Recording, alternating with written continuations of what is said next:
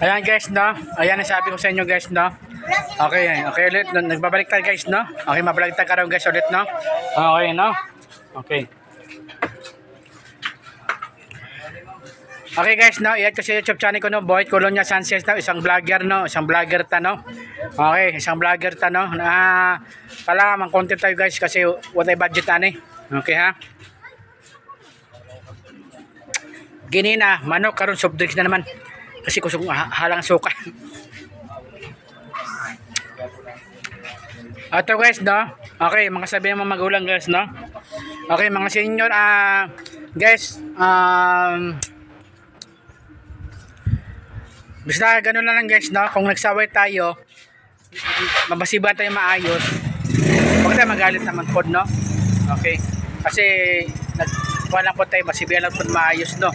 Okay, okay na, kasi lang, okay naman na, basta mga matatanda kasi, ganyan talaga yung mga matatanda, medyo, alam mo niya na, lalo na wala inom gamot, sana all, okay guys, no? Di, yung sa akin na kasi, yung kuha lang yung guys, kuha lang sa akin kasi, si Benya lang guys, walang pera, tapos nag-inuman sila, sana all, okay, ganoon na lang guys, no? Kailangan kasi, alam nyo guys, baka matulad to sa California, sa Amerika, muna, sige lang inom-inom, tapos wala daw pera, krisis daw. Tatay sa mga ganito ng massage, ana-ana, anything, wala sila pera, tatay sa minuman, daming pera, pulutan pala nila, pulutan nila bulalo, sana all. Ayan na yung hirap guys, no? Muna, kailangan, hati-hati, basic mo tayo.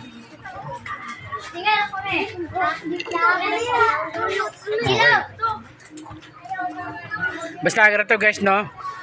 Kung wala pera, hindi pwede walang pera mga Pinoy karon. Hindi pwede walang pera. Pag sabihin na walang pera, sana all. Di ba? Paano na sa bukid, wala sila pera dito. Ano lang kainin nila? Yan ang mga sa bukid, wala na sila pera dito kasi taniman sila gulay lang naman. Tapos dito sa syudad, maraming pera. Sabihin po wala lang pera. Yan ang mahirap. Muna, wag tayo guys, iba dyan. Laging walang pera, sana all. Kasi nakikita mo naman na nag-inuman sila, wala daw pera. No? Ano lang guys, no? Okay. Tsaka kung nagsaway tayo sa ibang tao, tagapin natin guys kasi hindi naman makakuha yan guys. Hindi naman masakit sa looban nyo yan.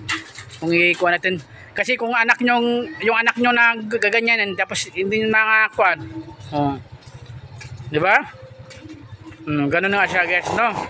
Alam ng mga kabataan karon, mga lain mga kabataan tayo, wala na respeto sa magulang. Mayroon nga isang lalaki diyan, no?